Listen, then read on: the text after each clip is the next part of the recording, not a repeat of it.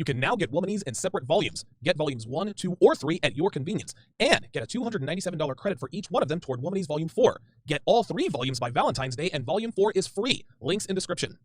But last time I checked, the world's population isn't lacking. There's that hamster again. To all those wannabe grandmothers out there patiently waiting on a grandchild, you can spoil. You may be waiting longer than you want. Kids are expensive, Trump is president, and baby daddies come with drama. So allow me the chance to focus on something other than my uterus, such as my career, traveling the world, sleep, front row tickets at the Beyonce concert, sleep, and sleep again. So she wants to focus on her career, traveling the world, sleeping, and front row tickets to the Beyonce concert. Guys, this is the state of American women. It is all fun and games until it isn't, as you will see here in the fourth and final article that I am going to point out, and that is Single and Afraid. This is where Yasmin is now. Let's get started. She says, just being honest. I can scream living my best life till I'm blue in the face, but deep down inside, I feel incomplete without a healthy relationship. I still have sand in my shoes from my latest vacation to Trinidad, and although it was an amazing trip there, there isn't enough ocean views, soca music, Roddy, and punchin' to make me believe I wouldn't have enjoyed it with a bae at my side.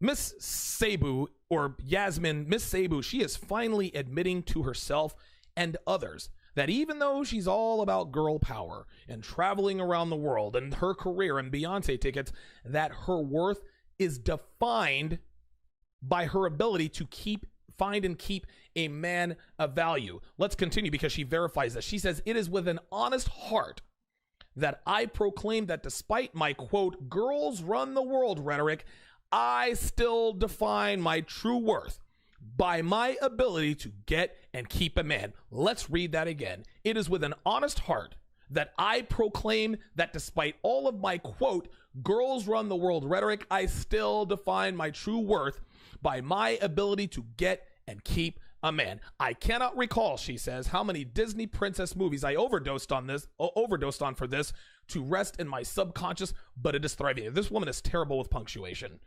This is why I'm stumbling through this. Every woman ends up at this stage at some point, gentlemen. Some women get here sooner than others, but they always get there.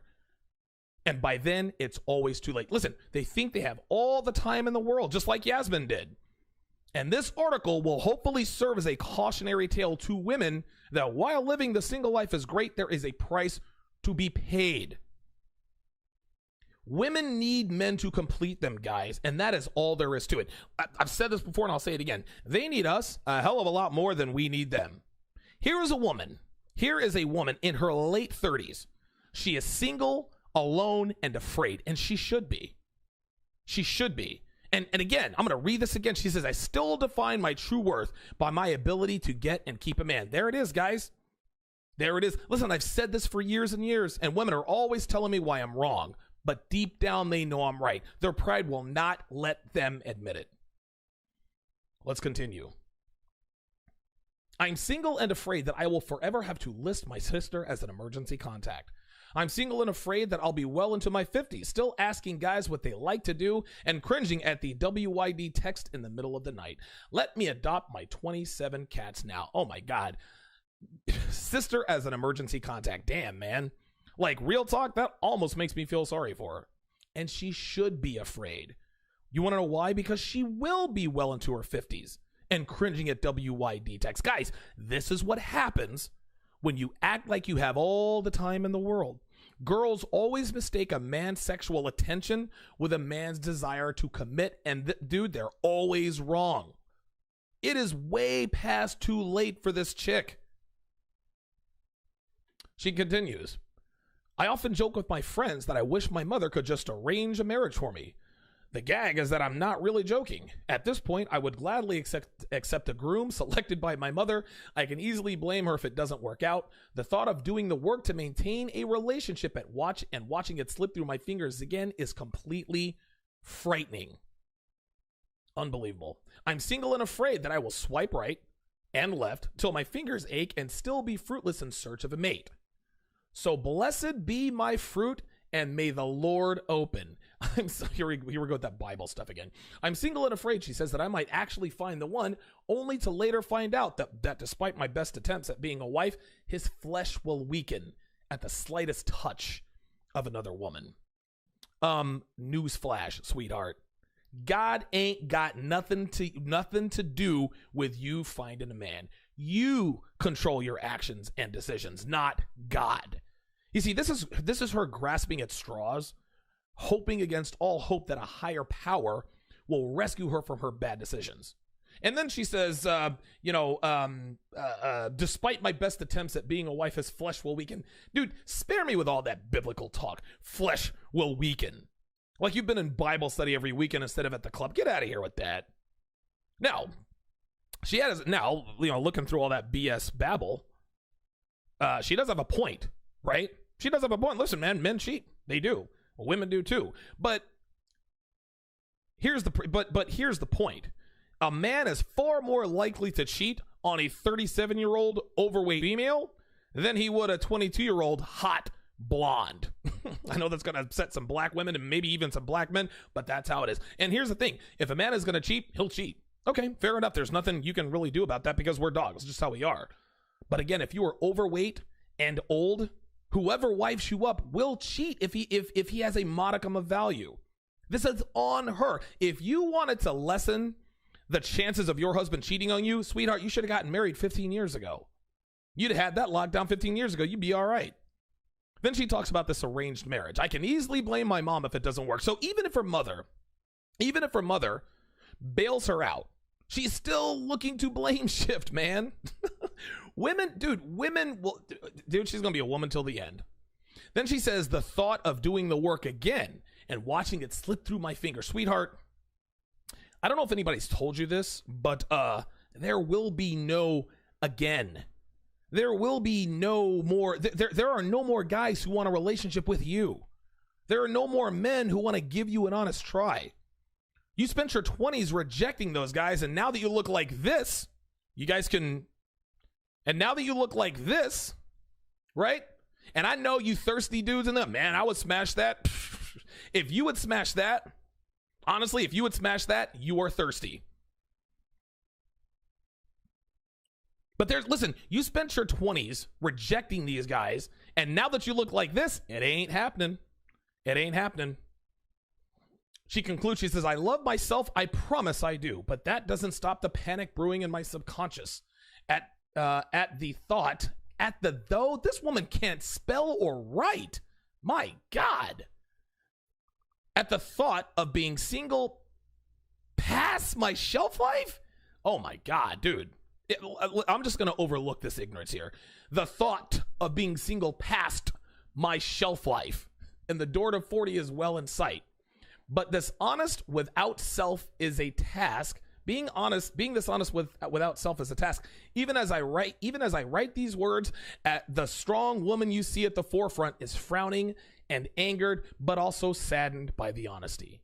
The pressures of getting and maintaining relationships are exhausting, and I want to rescue myself from this dance, but I'm afraid of spending a lifetime being single and afraid.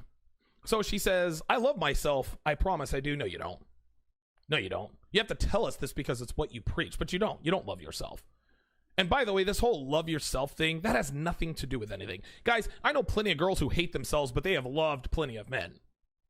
Love yourself, this whole love yourself trope, this is just relationship jibber jabber. Basically, they're just made up by women to give them just to give themselves an excuse to reject guys in their 20s. Well, I can't fall in love with you because I don't love myself. I'm gonna have to go and sleep with DeAndre again. I gotta sleep with Pookie and Ray Ray again. I gotta sleep with Tyrone with the 5 baby mamas again because I don't love myself. Right? I don't love myself, so how can I love you? Oh, please. Love yourself doesn't mean anything. If you love someone, you love them. Doesn't matter if you love yourself, hate yourself, or otherwise. Again, that's chicken soup for the soul type nonsense, guys. And oh, by the way, she doesn't love herself. You want to know how I know? Number 1, she said, I love myself. Number 2, she says, I promise I do. And number 3, she ain't got no man, y'all. She said it herself at the beginning of the article. I still define my true worth by my ability to get and keep a man. So if you define your true worth this way, then there's no way you can love yourself, right? Your false worth says that you have to say that you love yourself, but we all know that you really don't, right? She can admit it. She can actually admit this, or I'll put it to you this way. She cannot admit this. If she does, she will concede the hard truth, which is that women need men. Gentlemen, this is the typical dating arc of today's strong, independent, and empowered American women. And guys, this crosses all races, guys. Black, white, Latina, Asian, all women born and raised in America, regardless of race, regardless of nationality, they live this life almost verbatim. Stage 1, they start sleeping around with their teenagers. Stage 2, they start partying through their 20s. Stage 3 is realizing that they're 28 and still not married, but then they start to make excuses as to why they're not married or why they're not in a long-term relationship of consequence with a man in demand yet. Men are dogs, they say. Men are no good. Too many F-boys, not enough nice guys. They blame everybody and everything but themselves. Stage 4 is when they realize that they're a slave to their biology and they finally accept the fact that they'll always be aroused by men who would make great fathers, biologically speaking, but terrible dads. They start to get worried, but they're still attractive enough to warrant attention from these bad boys so they don't slow down the partying.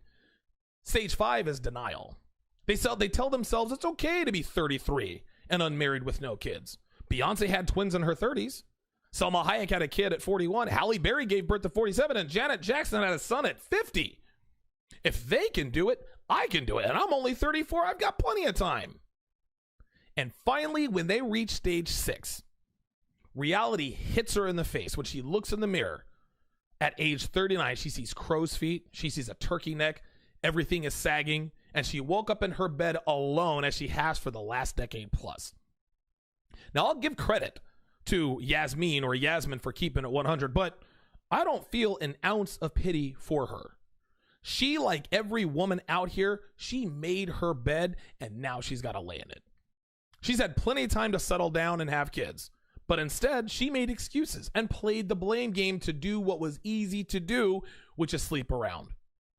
This woman should serve as a cautionary tale to women who read her blog. But every female always thinks, well, that's not going to happen to me. I'm going to find a great guy, and I've still got plenty of time because I'm only 36.